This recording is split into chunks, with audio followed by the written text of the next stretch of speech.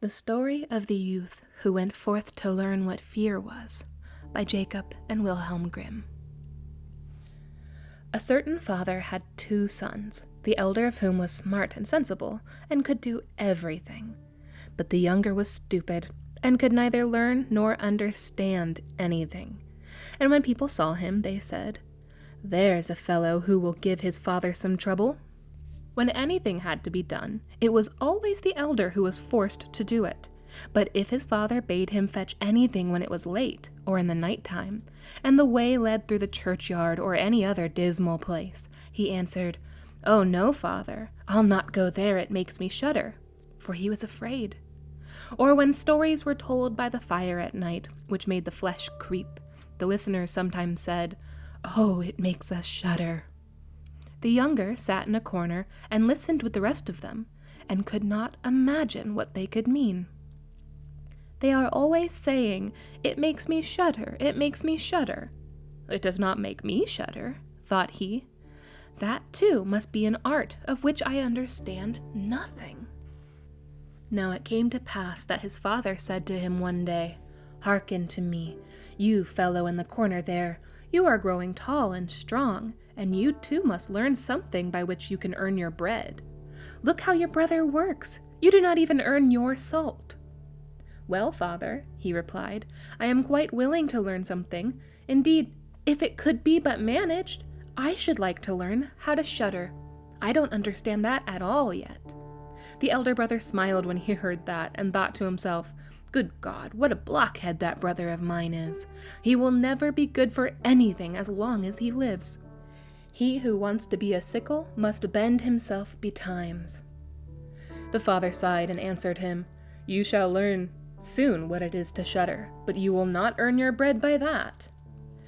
Soon after this, the sexton came to the house on a visit, and the father bewailed his trouble and told him how his younger son was so backward in every respect that he knew nothing and learnt nothing.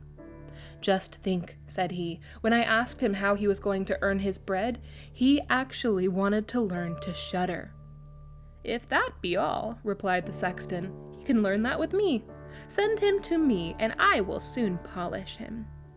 The father was glad to do it, for he thought, "If we'll train the boy a little." The sexton therefore took him into his house, and he had to ring the church bell. After a day or two, the sexton awoke him at midnight, and bade him arise, and go up into the church tower and ring the bell. "You shall soon learn what shuddering is," thought he, and secretly went there before him. And when the boy was at the top of the tower, and turned round, and was going to take a hold of the rope, he saw a white figure standing on the stairs opposite the sounding hole. "Who is there?" cried he, but the figure made no reply, and did not move or stir. "Give an answer," cried the boy, "or take yourself off. You have no business here at night." The sexton, however, remained standing motionless, that the boy might think he was a ghost. The boy cried a second time, "What do you want here? Speak if you are an honest fellow, or I will throw you down the steps." The sexton thought, "He can't mean to be as bad as his words," uttered no sound, and stood as if he were made of stone. Then the boy called to him for a third time, and as that was also to no purpose, he ran against him and pushed the ghost down the stairs, so that it fell down 10 steps, and remained lying there in a corner. Thereupon he rang the bell, went home, and without saying a word went to bed and fell asleep. The sexton's wife waited a long time for her husband, but he did not come back. At length she became uneasy and wakened the boy and asked, "Do you know where my husband is? He climbed up the tower before you did." "No, I don't know," replied the boy. "But someone was standing by the sounding hole on the other side of the steps, and as he would neither give an answer nor go away, I took him for a scoundrel and threw him downstairs. Just go there, and you will see if it was he. I should be sorry if it were." The woman ran away and found her husband, who was lying moaning in the corner, and had broken his leg. She carried him down, and then with loud screams she hastened to the boy's father. "Your boy," cried she, "has been the cause of a great misfortune. He has thrown my husband down the steps, so that he broke his leg. Take the good-for-nothing fellow out of our house." The father was terrified, and ran thither and scolded the boy. "What wicked tricks are these?" said he. "The devil must have put them into your head." "Father, he replied. "Do listen to me. I am quite innocent. He was standing there by night like one intent on doing evil. I did not know who it was, and I entreated him 3 times either to speak or to go away." "Ah," said the father, "I have nothing but unhappiness with you. Go out of my sight. I will see you no more." "Yes, father, right willingly. Wait only until it is day. Then will I go forth and learn how to shudder, and then I shall at any rate understand one art which will support me." "Learn what you will," spoke the father. "It is all the same to me. Here are 50 tailors for you. Take these and go into the wide world, and tell no one from which you came and who is your father, for I have reason to be ashamed of you." "Yes, father, it shall be as you will. If you desire nothing more than that, I can easily keep it in mind." When day dawned, therefore, the boy put his 50 tailors into his pocket, and went forth onto the great highway, and continually said to himself, "If I could but shudder, if I could but shudder." Then a man approached who heard his conversation, which the youth was holding with himself, and when they had walked a little farther to where they could see the gallows, the man said to him, "Look, there is the tree where 7 men have married the rope-maker's daughter, and are now learning how to fly. Sit down beneath it, and wait till night comes, and you will soon learn how to shudder." "If that is all that is wanted," answered the youth, "it is easily done. But if I learn how to shudder as fast as that, you shall have my 50 tailors. Just come back to me early in the morning." Then the youth went to the gallows, sat down beneath it, and waited till evening came. And as he was cold, he lighted himself a fire. But at midnight the wind blew so sharply that in spite of his fire he could not get warm. And as the wind knocked the hanging men against each other, and they moved backwards and forwards, he thought to himself, "If you shiver below by the fire, how those up above must freeze and suffer."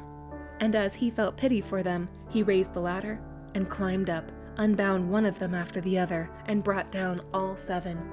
Then he stoked the fire, blew it, and set them all around it to warm themselves. But they sat there and did not stir, and the fire caught their clothes. So he said, "Take care, or I will hang you up again."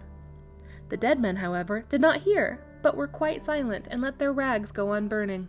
At this he grew angry, and said, "If you will not take care, I cannot help you. I will not be burnt with you." And he hung them up again, each in his turn. Then he sat down by his fire and fell asleep, and the next morning the man came to him and wanted to have the 50 tailors, and said, "Well, do you know how to shudder?" "No," answered he.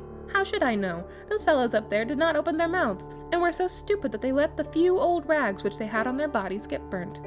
Then the man saw that he would not get the 50 tailors that day, and went away, saying, "Such a youth has never come my way before." The youth likewise went his way, and once more began to mutter to himself, "Ah, if I could but shudder!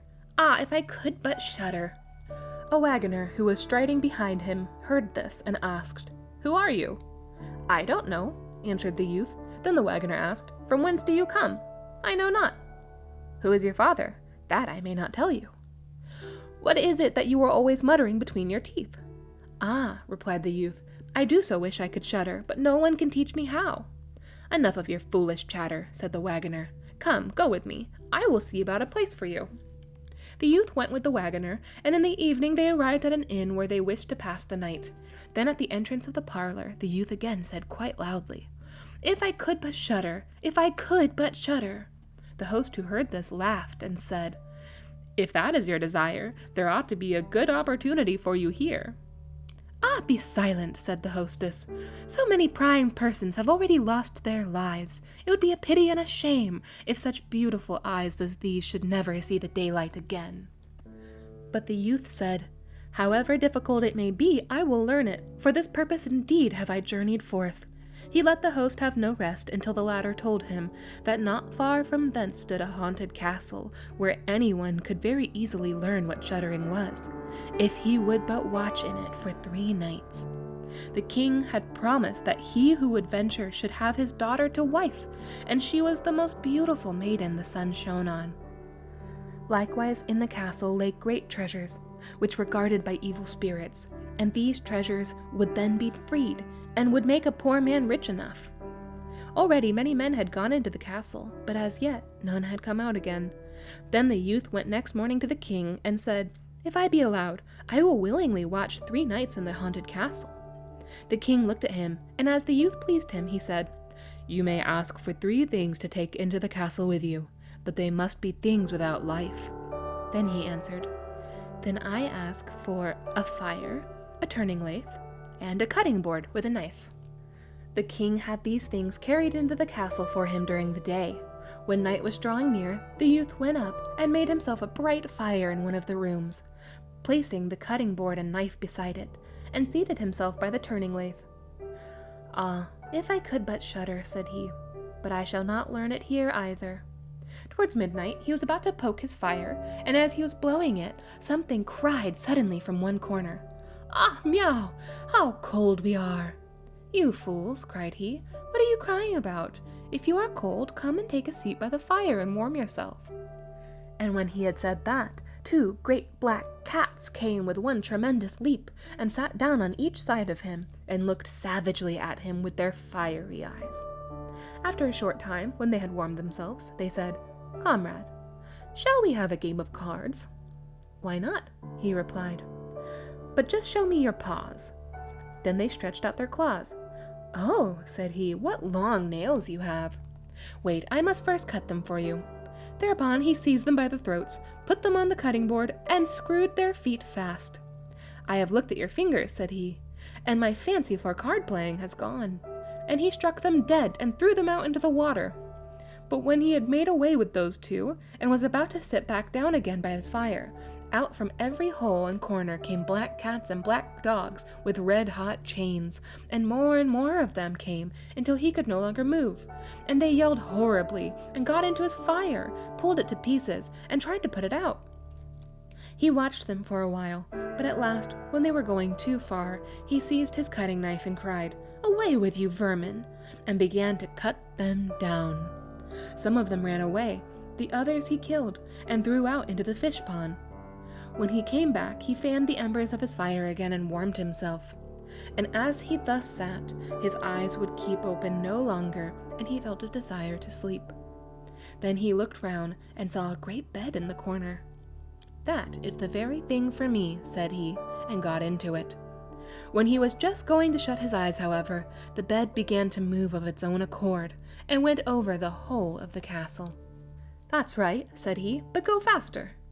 Then the bed rolled on as if 6 horses were harnessed to it, up and down, over thresholds and stairs. But suddenly, hop, hop, it turned over upside down and lay on him like a mountain. But he threw quilts and pillows up in the air, got out and said, "Now anyone who likes may drive," and lay down by his fire and slept till it was day. In the morning the king came, and when he saw him lying there on the ground, he thought the evil spirits had killed him and he was dead. Then said he, "After all, it is a pity, for so handsome a man." The youth heard it, got up, and said, "It has not come to that yet." Then the king was astonished, but very glad, and asked how he had fared. "Very well indeed," answered he. "One night has passed, the 2 others will pass likewise." Then he went to the innkeeper, who opened his eyes very wide, and said, "I never expected to see you alive again. Have you learned how to shudder yet?" "No," said he, "it is all in vain. If someone would but tell me." The second night he went up again into the old castle, sat down by the fire, and once more began his old song, "If I could but shudder." When midnight came, an uproar and noise of tumbling about was heard. At first it was low, but it grew louder and louder. Then it was quiet for a while, and at length, with a loud scream, half a man came down the chimney and fell before him. "Hullo," cried he, "another half belongs to this. This is not enough." Then the uproar began again. There was a roaring and a howling, and the other half fell down likewise. "Wait," said he, "I will just stoke up the fire a little for you."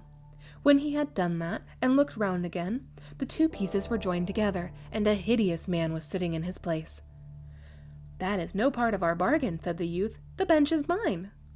The man wanted to push him away. The youth, however, would not allow that, but thrust him off with all his strength, and seated himself again in his own place. Then still more men fell down, one after the other. They brought 9 dead men's legs and 2 skulls, and set them up and played at 9 pins with them. The youth also wanted to play, and said, "Listen you, can I join you?" "Yes, if you have money." "Money enough," replied he, "but your balls are not quite round. Then he took the skulls and put them in the lathe and turned them till they were round. "There now, they will roll better," said he. "Hurrah! Now we'll have fun." He played with them and lost some of his money, but when it struck 12, everything vanished from his sight. He lay down and quietly fell asleep. Next morning, the king came to inquire after him. "How has it fared with you this time?" said he. "I have been playing at 9 pins," he answered, "and have lost a couple of farthings." "Have you not shuddered, then?" "What?" said he. "I have had a wonderful time, if I did but know what it was to shudder." The third night he sat down again on his bench, and said quite sadly, "If I could but shudder." Then it grew late. 6 tall men came in and brought a coffin. Then said he, "Ha ha, that is certainly my little cousin, who died only a few days ago." And he beckoned with his finger and cried, "Come, little cousin, come." They placed the coffin on the ground, but he went to it and took the lid off, and a dead man lay therein. He felt his face, but it was cold as ice. "Wait," said he, "I will warm you a little," and went to the fire and warmed his hands and laid it on the dead man's face, but he remained cold. Then he took him out and sat down by the fire and laid him on his breast and rubbed his arms that the blood might circulate again. As this also did no good, he thought to himself, "When 2 people lie in bed together, they warm each other," and carried him to the bed, covered him over, and lay down by him. After a short time the dead man became warm too, and began to move. Then said the youth, "See, little cousin, have I not warmed you?" The dead man, however, got up and cried, "Now I will strangle you." "What?" said he, "is that the way you thank me? You shall at once go into your coffin again." And he took him up, threw him into it, and shut the lid. Then came the 6 men and carried him away again. "I cannot manage to shudder," said he. "I shall never learn it here as long as I live." Then a man entered who was taller than all the others, and looked terrible. He was old, however, and had a long white beard. "You wretch," cried he, "you shall soon learn what it is to shudder, for you shall die." "Not so fast," replied the youth. "If I am to die, I shall have to have a say in it." "I will soon seize you," said the fiend. "Softly, softly, do not talk so big. I am as strong as you are, and perhaps even stronger." "We shall see," said the old man. "If you are stronger, I will let you go. Come, we will try." Then he led him by dark passages to a smith's forge, took an axe, and with one blow struck an anvil into the ground. "I can do better than that," said the youth, and went to the other anvil. The old man placed himself near and wanted to look on, and his white beard hung down. Then the youth seized the axe, split the anvil with one blow, and in it caught the old man's beard. "Now I have you," said the youth. "Now it is your turn to die." Then he seized an iron bar and beat the old man till he moaned and entreated him to stop, when he would give him great riches. The youth drew out the axe and let him go. The old man led him back into the castle, and in a cellar showed him 3 chests full of gold. "Of these," said he, "one part is for the poor, the other for the king, the third yours." In the meantime it struck 12, and the spirit disappeared, so that the youth stood in darkness. "I shall still be able to find my way out," said he, and felt about, found the way into the room, and slept there by his fire. The next morning the king came and said, "Now you must have learnt what shuddering is." "No," he answered. "What can it be? My dead cousin was here, and a bearded man came and showed me a great deal of money down below, but no one told me what it was to shudder." "Then," said the king, "you have saved the castle, and shall marry my daughter." "That is all very well," said he, "but still I do not know what it is to shudder." Then the gold was brought up, and the wedding celebrated. But howsoever much the young king loved his wife, and however happy he was, he still said always, "If I could but shudder, if I could but shudder."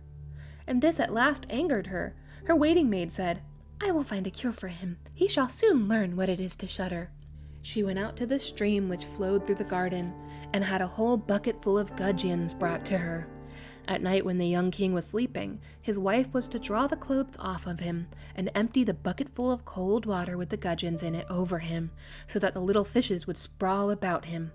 When he woke up and cried, "Oh, what makes me shudder so? What makes me shudder so, dear wife?" "Ah, now I know what it is to shudder."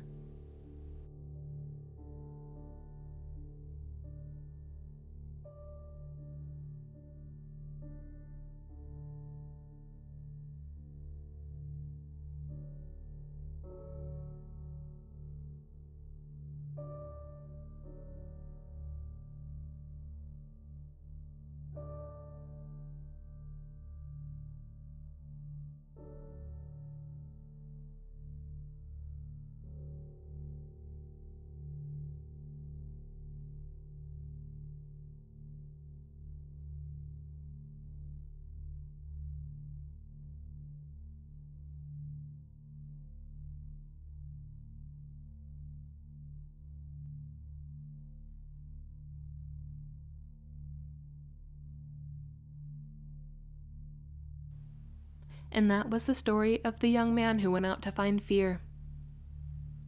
And I guess the moral is, stupid people become kings. I don't know. I hope you enjoyed it. Be sure to like and subscribe and to comment below if you have a Grimm's Brothers story or of any other story in the public domain that you would like me to read. I hope you all have a great day. Bye.